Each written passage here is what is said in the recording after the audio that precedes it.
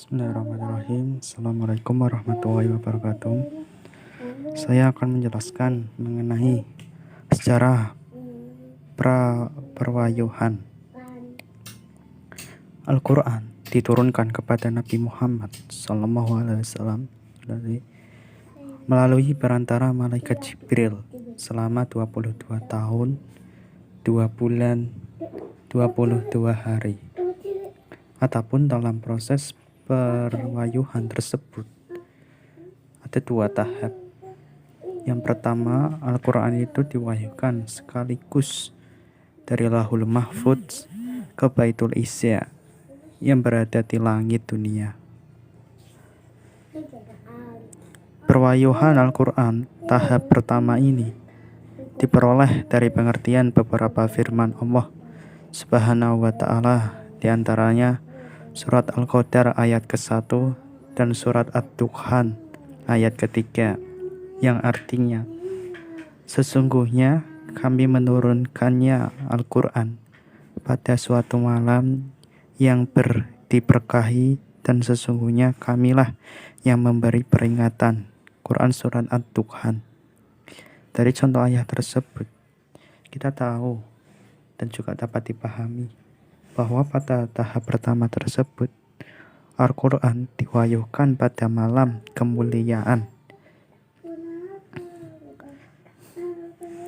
atau lebih dikenal lagi dengan malam Lailatul Qadar, dan para ulama juga sepakat bahwa malam Lailatul Qadar itu jatuh pada bulan Ramadan.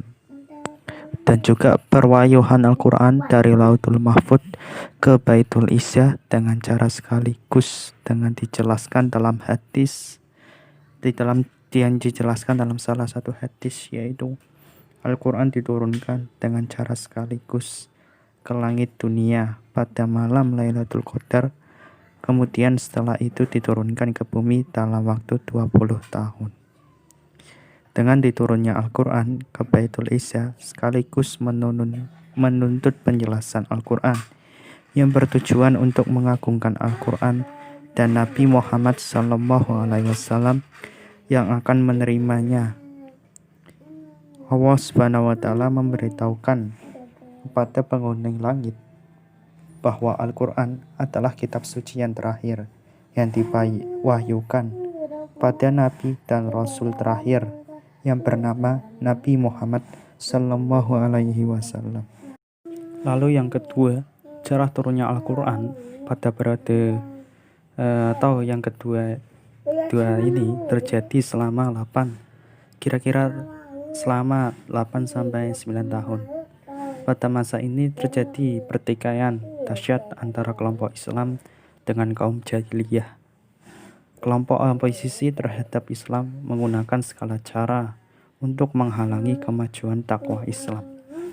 Ayat-ayat Al-Quran terbukti bahwa sanggup memblokade paham-paham jahiliyah dari segala segi, sehingga mereka pun tidak lagi untuk mempunyai arti dan juga kedudukan dalam rasio dan alam pikiran yang sehat.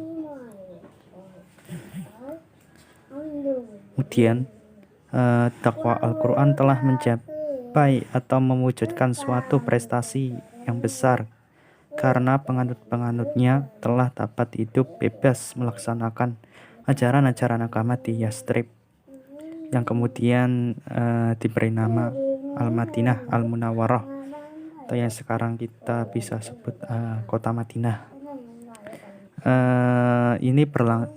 Kejadian ini berlangsung selama 10 tahun.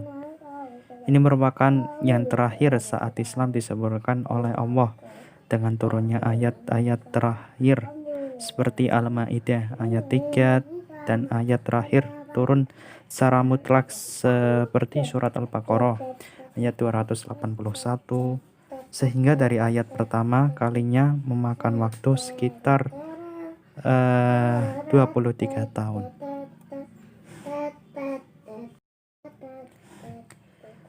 Lalu Tarikh Al-Nuzul atau penurunan Al-Quran.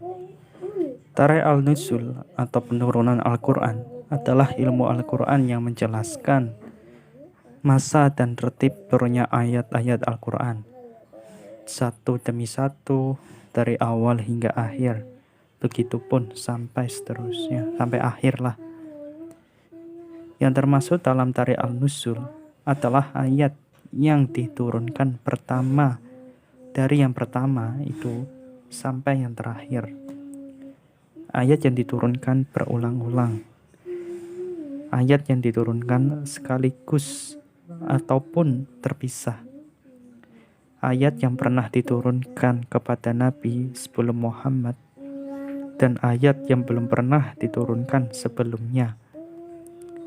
Pada umumnya ilmu ini digunakan oleh para penafsir Al-Quran untuk mengetahui marhalah-marhalah dakwah Islam secara rinci, secara mendalam. Kegunaan lain adalah untuk mengetahui asas tasriyah, dan yang paling penting adalah untuk menolak argumen-argumen para orang-orang ataupun kelompok tertentu yang menginginkan ataupun merusak ataupun menggoyahkan iman umat muslim terhadap Al-Quran tersebut.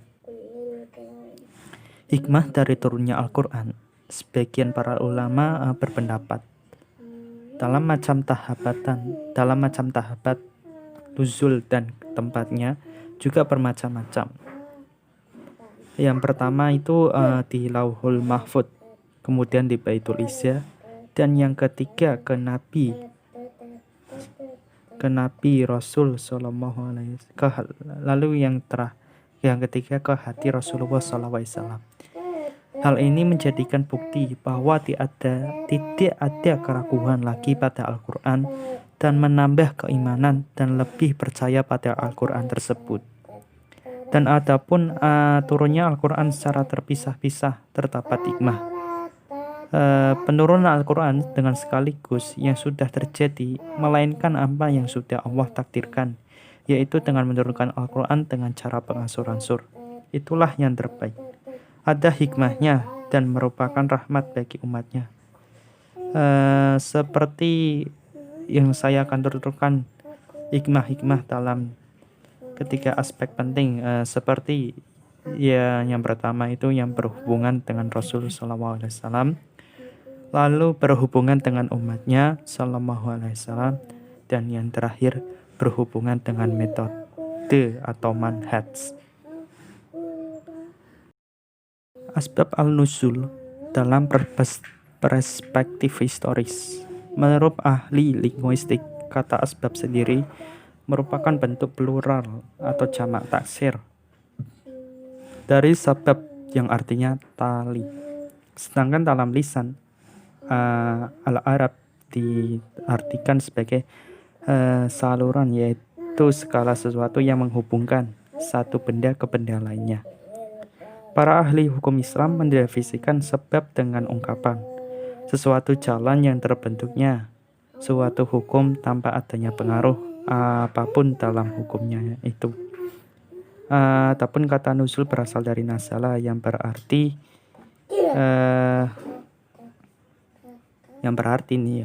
meluncur dari tempat yang tinggi ke tempat yang lebih rendah.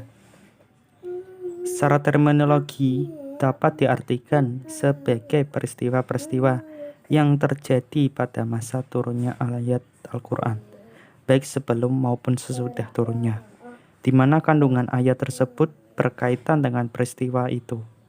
Di antara pendekatan yang terdapat dalam ulum Al-Quran yang memperhatikan aspek di luar teks adalah ilmu asbab al-nuzul. Jumlahnya tidak banyak sih, emang, tapi membantu seseorang, khususnya para penafsir, itu untuk memahami, mengenal kondisi, situasi, keadaan sosial, budaya, kasus yang terjadi ketika ayat-ayat tersebut diturunkan. Jalaluddin Al-Suyuti mengemukakan asbab al-nuzul adalah sesuatu yang terjadi pada waktu itu atau masa tertentu dan menjadi penyebab turunnya satu ataupun beberapa ayat Al-Quran. Makna Khalil Al-Qattan menambahkan bahwa asbab al-nusul bisa berupa peristiwa maupun pertanyaan yang terjadi pada waktu itu ataupun masa tertentu dan menjadi penyebab turunnya Al-Quran tersebut. Definisi sedikit berbeda diberikan ataupun dikemukakan oleh Quraisy Shihab. Beliau menyatakan bahwa asbab al-nusul merupakan jawaban atas pertanyaan dan dapat juga berupa komentar atau petunjuk hukum atas satu ataupun lebih kejadian. Baik komentar tersebut yang hadir saat sebelum maupun sesudah turunnya ayat. Para ulama menjelaskan beberapa manfaat dari pokok pengetahuan tentang asbab al-nusul sebagai berikut. Satu, yaitu masyarakat mengetahui hikmah di balik penetapan sebuah hukum syar'i. Yang kedua, memperjelas sebab makna ayat. Kemudian yang ketiga, menyelesaikan persoalan dan pertentangan tentang makna suatu ayat, lalu menjelaskan kekhususan suatu hukum, dan yang kelima juga yang terakhir, menghindari dugaan pembatasan hukum. Dengan memahami sebab al-nusul harus dalam dua bingkai antara historis secara Al-Quran atau latar belakang Al-Quran. Diskursus Makki Madani dalam konteks sejarah. Konsep Makki Madani dalam pandangan ulama klasik. Jumhur ulama sepakat bahwa dalam memahami ayat-ayat Al-Quran, seorang penafsir itu haruslah menggunakan perangkat-perangkat tafsir. Mengapa hal ini dilakukan? Agar para penafsir Al-Quran itu tidak melakukan penyimpangan yang terlalu jauh ketika menafsirkan Al-Quran. Teori Makki dan Madani sebagai salah satu kajian historis tentang ayat-ayat maupun surat Al-Quran tersebut termasuk bagian dari perangkat tafsir yang digagas oleh para ulama-ulama kontemporer. Pengertian Makki dan Madani menurut Al-Zarkashi ada 3 pendapat, di antara lain yaitu pendapat yang menyatakan bahwa Makki adalah ayat atau surat yang diturunkan di Makkah dan Madinah adalah ayat ataupun surat yang diturunkan di Madinah. Lalu yang kedua, Makki adalah ayat ataupun surat yang diturunkan sebelum hijrahnya Nabi Muhammad SAW. Madani adalah ayat ataupun surat turun setelah hijrahnya Nabi Muhammad SAW. Pendapat ini merupakan yang paling masyhur. Lalu yang ketiga, Makki adalah ayat atau surat yang dihitabkan pada penduduk Mekah pada saat Mekah ya. Sedangkan Madani ini dihitabkan pada penduduk Madinah. Kategori yang dipakai dari pengertian Makki dan Madani ini yang paling mansur seperti yang telah dikemukakan berdasarkan hitungan fase, yakni fase sebelum dan setelah hijrah. Dalam Makkah, walaupun ada kemungkinan yang tidak termasuk kafir pun juga masuk golongan yang dihitobkan. Sedangkan lafal hitab untuk penduduk Madinah yang mayoritas kaumnya itu pada beriman kepada Allah adalah ya ayyuhal allazina amantu. Konsep Makki dan Madani dalam pandangan klasik ada 4. Yang pertama didasarkan pada 3 hal, yakni waktu, tempat, dan sasaran. Yang kedua, penentuan Makki dan Madani di samping memperhatikan sisi tempat dan waktu, juga memperhatikan konteks realitas masyarakat pada waktu itu serta gaya bahasa yang digunakan. Lalu yang ketiga, kegelisahan Abu Zaid sebetulnya sudah menjadi perdebatan para ulama-ulama klasik. Akan tetapi, nampaknya Abu Zaid lebih kritis dalam menyikapinya dengan menggunakan data dan juga analisis ilmiah historisnya. Lalu yang keempat, memahami teori Maki dan Madani merupakan keniscayaan bagi seseorang para mufasir untuk menghindari penafsiran yang historis.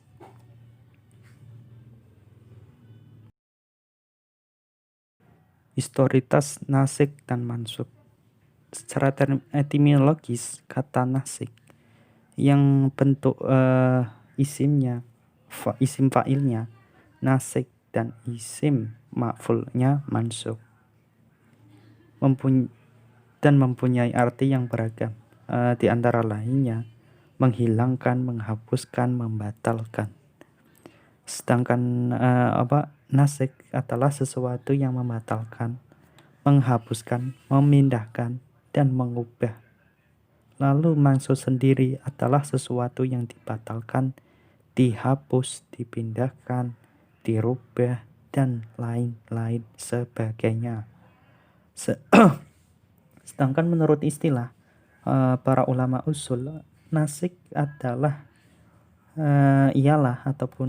membatalkan pelaksanaan hukum syara' dengan dalil yang datang kemudian, yang menunjukkan penghapusannya secara jelas, baik itu penghapusan itu secara keseluruhan ataupun sebagian, menurut kepentingan yang ada. Adanya fenomena nasik dan mansub ini dalam Al-Quran dan Al-Sunnah menurut logika dapat diterima. Sebab turunnya ayat Al-Quran maupun wurud al-hadis itu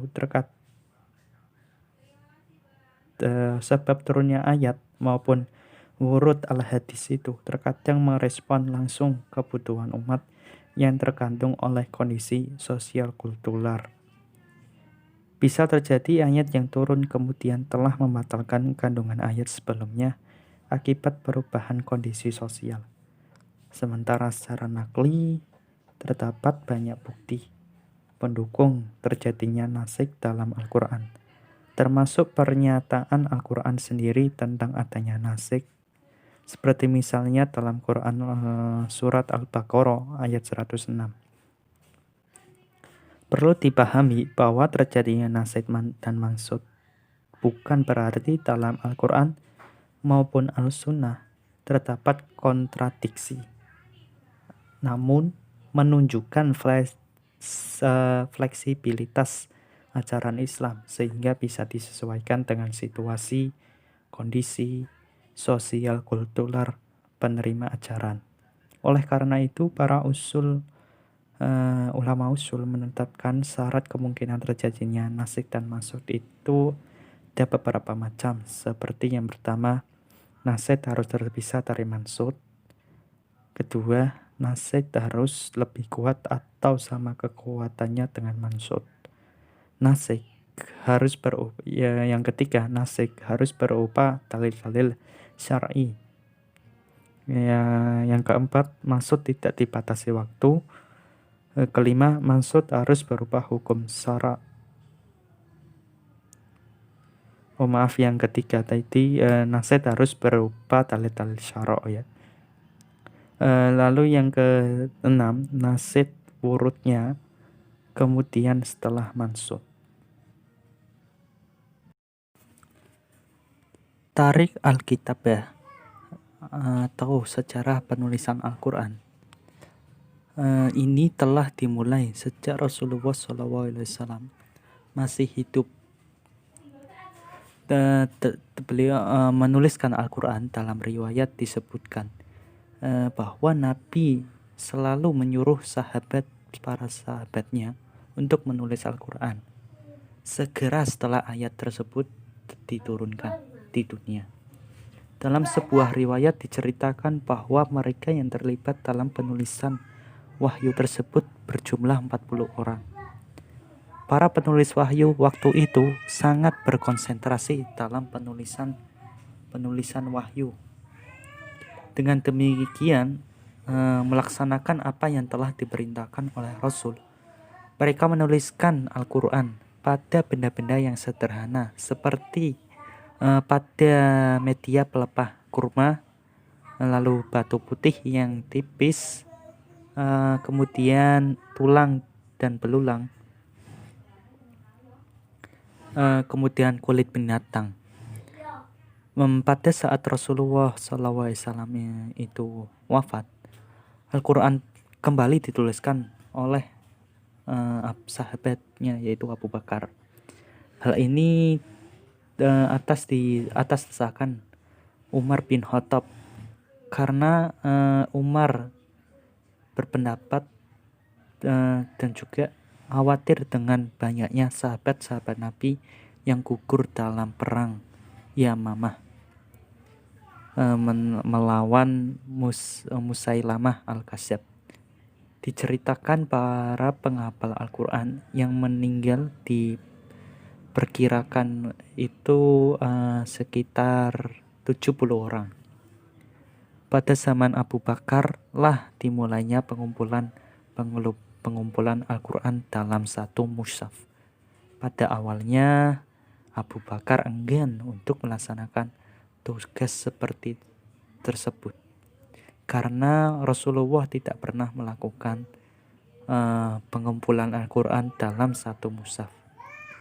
Dengan desakan terus-menerus yang disodorkan kepada Abu Bakar, maka beliau pun terbuka hatinya. Beliau pun melaksanakan desakan tersebut dengan merealisasikan tugas itu dengan menyuruh ataupun mengajak Zaid bin Sabit untuk melaksanakan tugas tersebut dengan merujuk kepada ayat-ayat yang telah ditulis pada benda-benda serta merujuk kepada hafalan para sahabatnya sahabat Rasul maksudnya. Setelah selesai tugas tersebut, maka mereka menamakan tulisan tersebut dengan mushaf. Utsman ingin mempersatukan mushaf yang ada atau tidak dengan tauhidul Quran.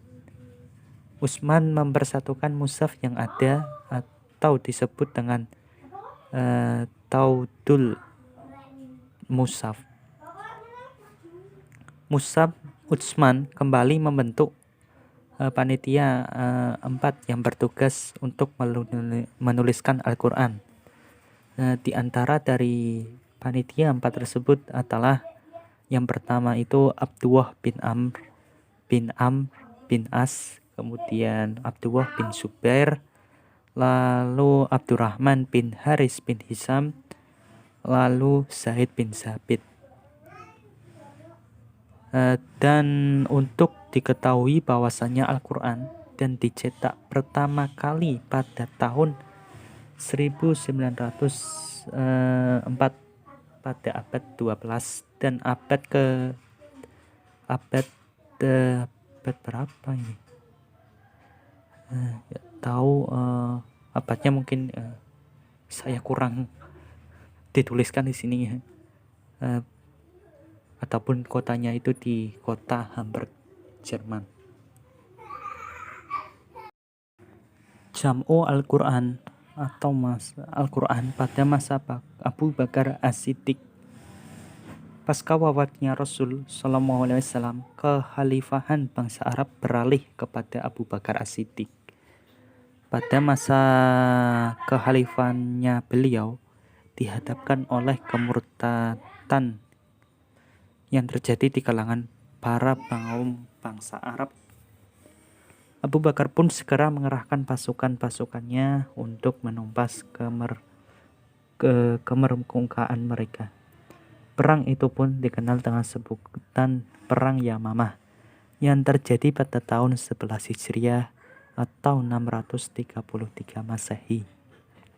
Pada perang tersebut sekitar 70 orang hufaz mati syahid dalam perang tersebut. Umar bin Khattab merasa khawatir atas peristiwa meninggalnya para hufaz ini. Maka Umar pun mengadukan kekhawatirannya tersebut kepada Abu Bakar.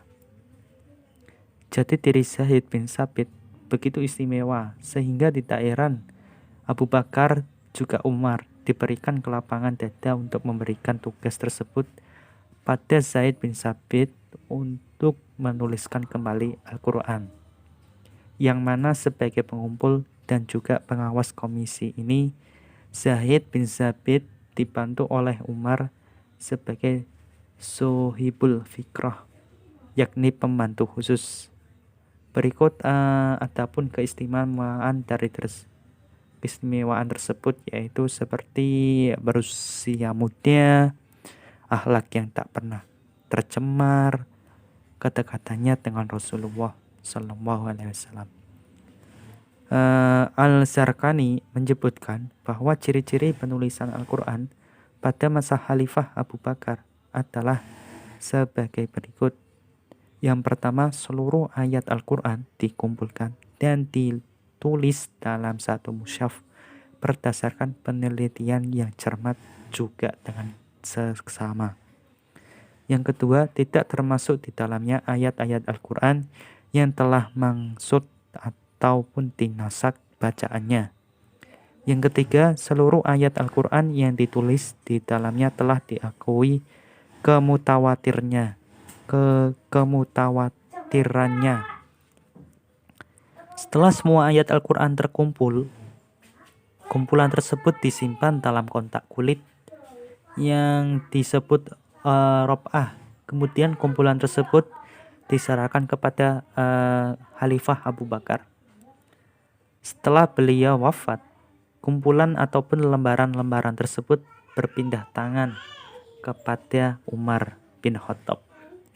Lalu setelah Umar wafat, maka lembaran-lembaran tersebut disimpan oleh putrinya sekaligus istri Rasulullah SAW, yaitu Hafsah bin Umar.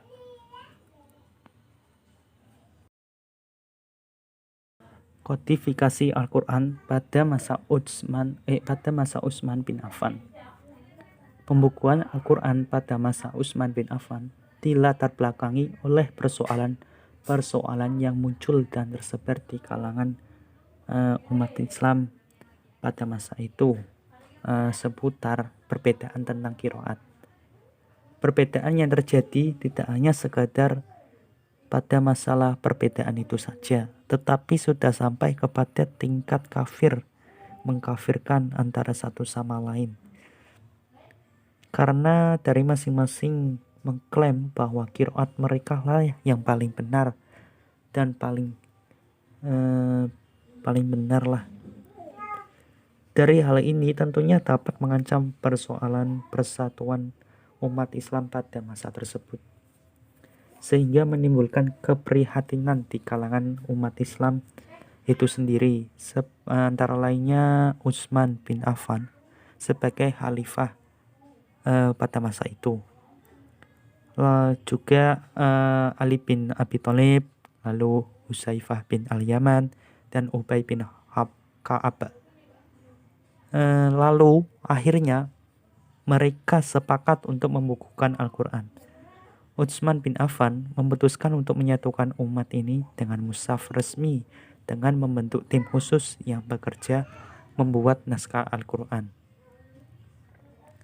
yaitu Zaid bin Sabit dari kalangan Ansor, Abdullah bin Zubair, kemudian Zaid bin As, dan Abdurrahman bin Al-Harits bin Hisam dari kalangan Muhajirin.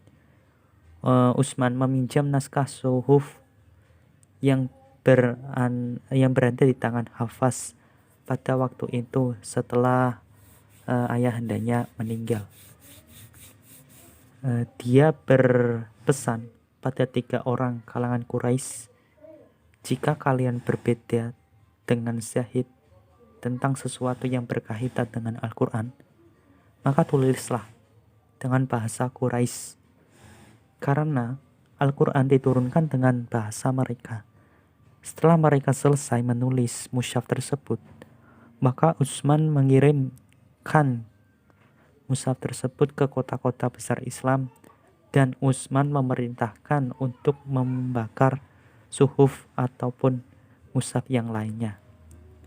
Dari pemaparan di atas bahwa Utsman bin Affan melakukan tersebut bukan dari keinginannya, melainkan keputusan bersama yang telah disepakati guna menjaga persatuan dan kesatuan dan mencegah dari perpecahan antara satu sama lain di antara umat Islam. Sejarah bacaan Al-Quran. Pada masa permulaan abad ketiga Hijriyah, pada masa tabi'in, muncul beberapa ulama yang mencurahkan perhatian dan juga tenaganya terhadap ilmu-ilmu qiraat dengan menjadikan disiplin ilmu yang berdiri sendiri secara sempurna, sebagaimana yang mereka lakukan terhadap ilmu-ilmu syariat yang lainnya, sehingga mereka pun dapat dijadikan sebagai imam ahli qiraat yang dapat diikuti dan dipercaya. 7 imam yang dipilih karena dianggap paling berpengaruh di setiap negara Islam adalah: yang pertama, ada Imam Nafi bin Abi Nu'aim al-Asfihani. Beliau berasal dari Madinah. Lalu Abdullah bin Katsir al-Makhi, beliau berasal dari Mekah. Kemudian Abu Amr al-Basri, beliau dari Basrah. Lalu yang keempat, Abdullah bin Abir al-Samimi, beliau dari Sam. Lalu Asim bin Abi al-Najud, beliau dari Kufah. Kemudian Hamzah bin Abid al-Zayyad, beliau dari Kufah. Lalu Ali bin Hamzah al-Kisai, beliau juga berasal dari Kufah.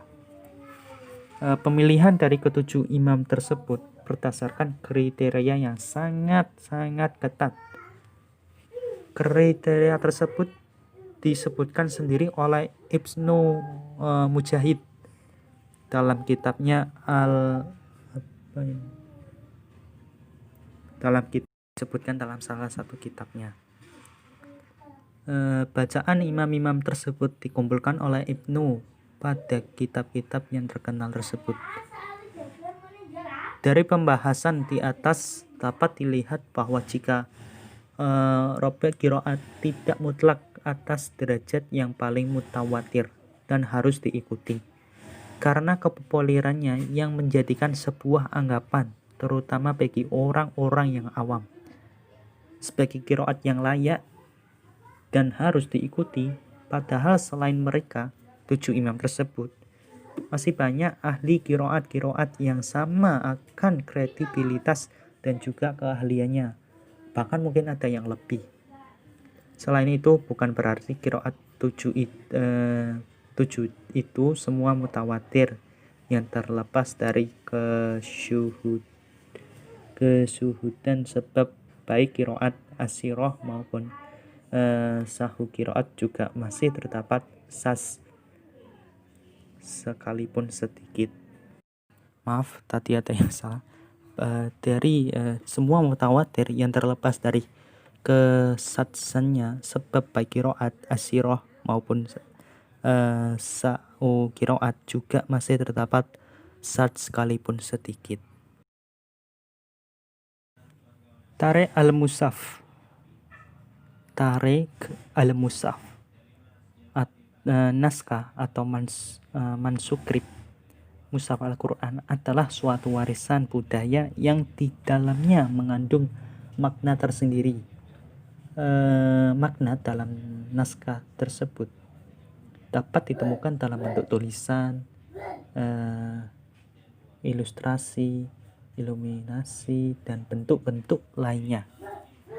Menurut salah satu sarjana muslim kontemporer seperti Abdu Ar-Sabur alaihissalam Sahiri, dalam buku Tahrir Al-Qur'annya mengatakan bahwa asal muasal tulisan bahasa Arab sulit untuk dilacak karena kurangnya pendokumentasian interaksi bangsa Arab itu tersendiri. Adapun yang terdapat dalam kitab Al-Mushaf menyebutkan 3 versi asal muasal tulisan Arab dipelajari menurut Abu Daud Ar-Sajastani, yaitu yang pertama, para muhajirin belajar Hot dari bangsa Herta, sedangkan bangsa Herta belajar dari bangsa Anber. Lalu yang kedua, banyak Ibnu Abdul Al-Malik Al-Kintilah yang menekuni tulisan Anber. Dari jalur Basyariyah, sejumlah tokoh Quraisy seperti Harb bin Umayyah, Muawiyah bin Abu Sufyan, dan Umar bin Khattab. Lalu yang ketiga, Maramir bin Murrah dan Salamah bin Hasroh adalah tokoh yang meletakkan dasar penulisan tersebut. Dan juga dalam tulisan-tulisan Al-Quran ini memiliki korelasi penting dalam pembahasan mengenai perkembangan dan polarisasi penulisan mushaf Al-Quran ini. Ada sejumlah ulama yang memberikan perhatian khususnya terhadap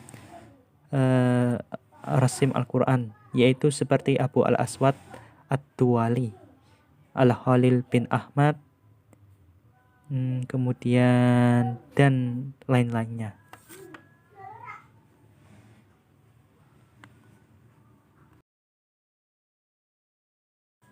Sejarah pencetakan Al-Quran.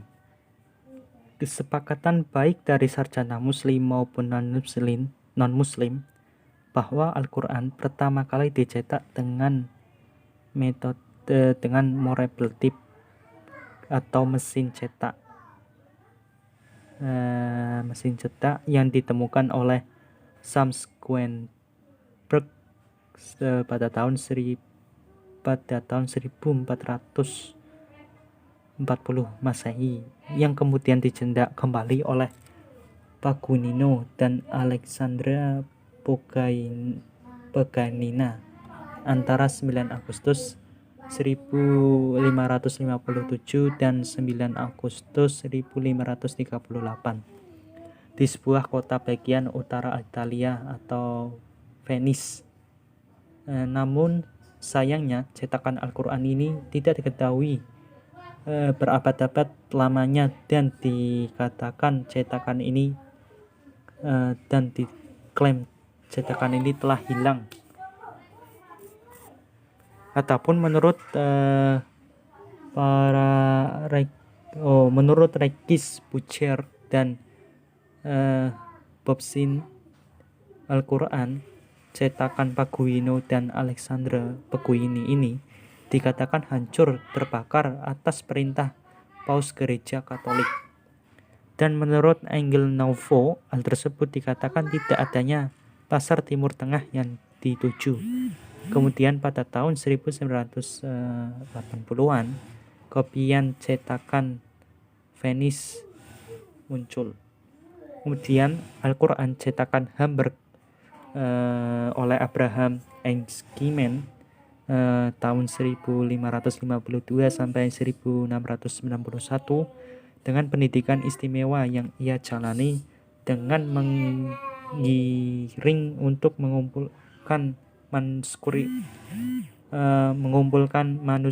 Al-Quran dan kemudian dapat untuk diterbitkan kembali pada tahun 1694. Sedangkan cetakan St. Petersburg muncul setelah hampir 1 abad dari cetakan Hamburg atas perintah dari Ratu Rusia yaitu Tsarina Catherine dengan tujuan politis sebagai sikap toleransi keagamaan.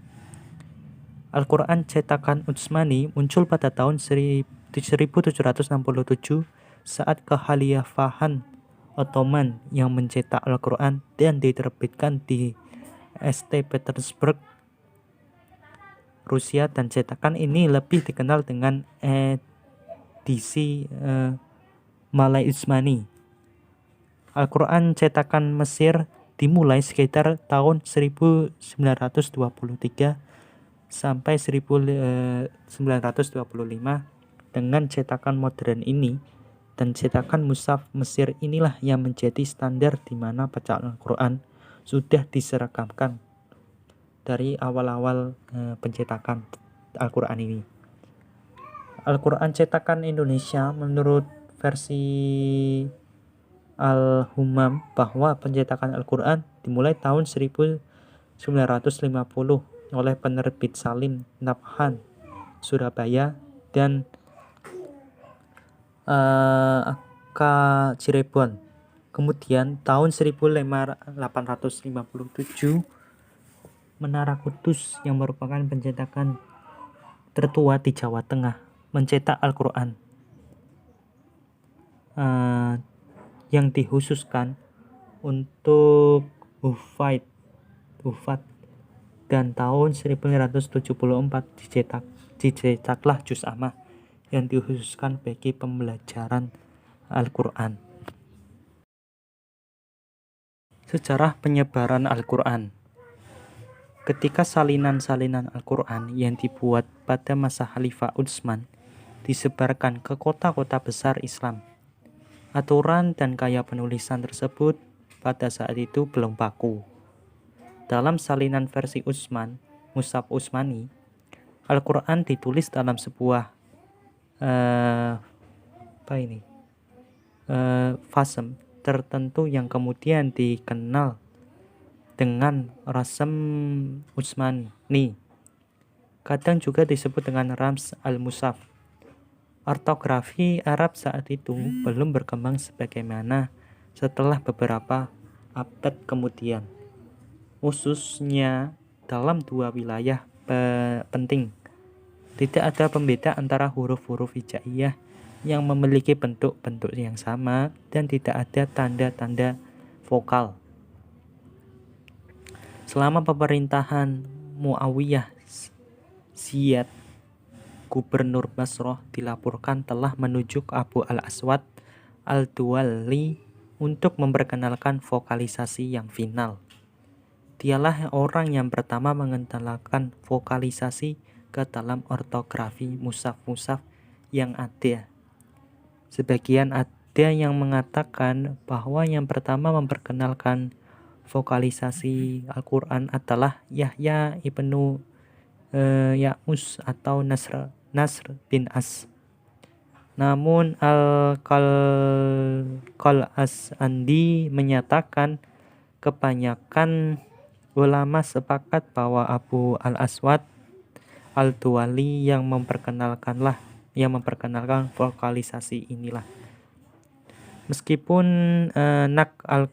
Iqrobnya Abu al-Aswad al-Duwali hanya memuat indikasi vokal akhirnya, sebuah kota dan tanwin. Langkah kedua dalam pengembangan ortografi mushafi adalah pengenalan naqd ijma'i. Ini terjadi selama Khalifah Abdul Malik bin Marwan yang konon memerintahkan Al-Hajjaj, Gubernur Israq, menunjuk pada para ahli tertentu untuk membedakan antara huruf-huruf. Nasrin bin Asim dipilih untuk menjalankan tugas ini. Dialah orang yang pertama pada pembahasan Naili I'rab yang mempermudah pembacaan mushaf. Salah seorang peneliti menjelaskan bahwa persoalan mushaf yang dikirim ke negara-negara Islam ini bermula dari keberadaan mushaf yang dahulu dipegang oleh Khalifah Utsman hingga beliau menemui sahidayahnya, di mana pada beberapa lembaran mushaf itu ditemukanlah noda darah beliau saat terbunuh. Mushaf ini kemudian tetap berada di Madinah selama beberapa waktu setelah terbunuhnya Utsman, lalu menghilang entah kemana, hingga kemudian beberapa masjid di wilayah Islam mengaku menyimpan mushaf-mushaf tersebut. Dr. Sahar Al-Sayyid menyebutkan ada 5 tempat yang diketahui menyimpan mushaf-mushaf tersebut, yakni seperti di Mesir, Basrah, Tashkent, Hims atau Suriah, dan Museum Topkapi di Istanbul.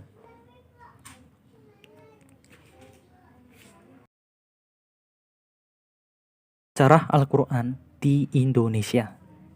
Al-Quran sendiri di Nusantara diperkirakan telah ada sekurang-kurangnya sejak sekitar abad ke-13 ketika kerajaan Pasai, Samudra Pasai di Aceh, di ujung laut Pulau Nusantara, menjadi kerajaan pesisir pertama di Nusantara yang memeluk Islam secara resmi melalui pengenalan sang raja. Penyalinan Al-Quran secara tradisional terus berlangsung yang berakhir sampai akhir abad ke-19 ataupun pada awal abad ke-20. Ada tiga pihak tempat yang menjadi markas penulisan Al-Quran di Indonesia, yaitu kerajaan, pesantren, dan elit sosial. Para ulama dan seniman banyak yang menulis mushaf Al-Quran. Di samping itu juga pesantren memegang peran penting dalam penulisan Al-Quran. Adapun dari kalangan elit sosial seperti mushaf Ibnu Sutowo dan terakhir mushaf Al-Atin atas perintah H.M. Soeharto, mantan Presiden RI. Proses penyalinan Al-Quran dilakukan oleh berbagai lapisan masyarakat Islam, baik penyalin dari kalangan profesional, santri, maupun para ulama dengan tujuan yang sama, yaitu untuk pengajaran. Metode penulisan mushaf dibagi menjadi tiga perkembangan, yaitu yang pertama, mushaf ditulis dengan tangan. Penyalinan Al-Quran dengan metode tulis tangan muncul sejak tahun abad ke-13 Masehi. Hasilnya sangat banyak dan sampai saat ini tersimpan di beberapa museum, perpustakaan, pesantren dengan penelitian yang dilakukan oleh Depak dengan hasil temuan 241 mushaf di berbagai daerah Nusantara. Lalu yang kedua, mushaf dicetak melalui mesin.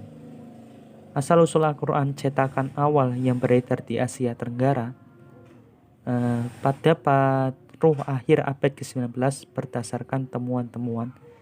Adapun yang pertama pencetakan Al-Quran itu di Surabaya dengan nama penerbit Salim Nadhan.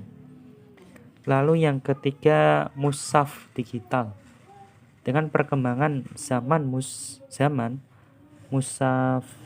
mudah menjadi digital, makin berkembang seiring dengan meningkatnya IT yang umumnya dikemas dalam bentuk visual maupun audio. Dari pemaparan di atas bahwa secara perkembangan Al-Quran di Indonesia ini seiring dengan perkembangan zaman dari waktu ke waktu yang semakin modern.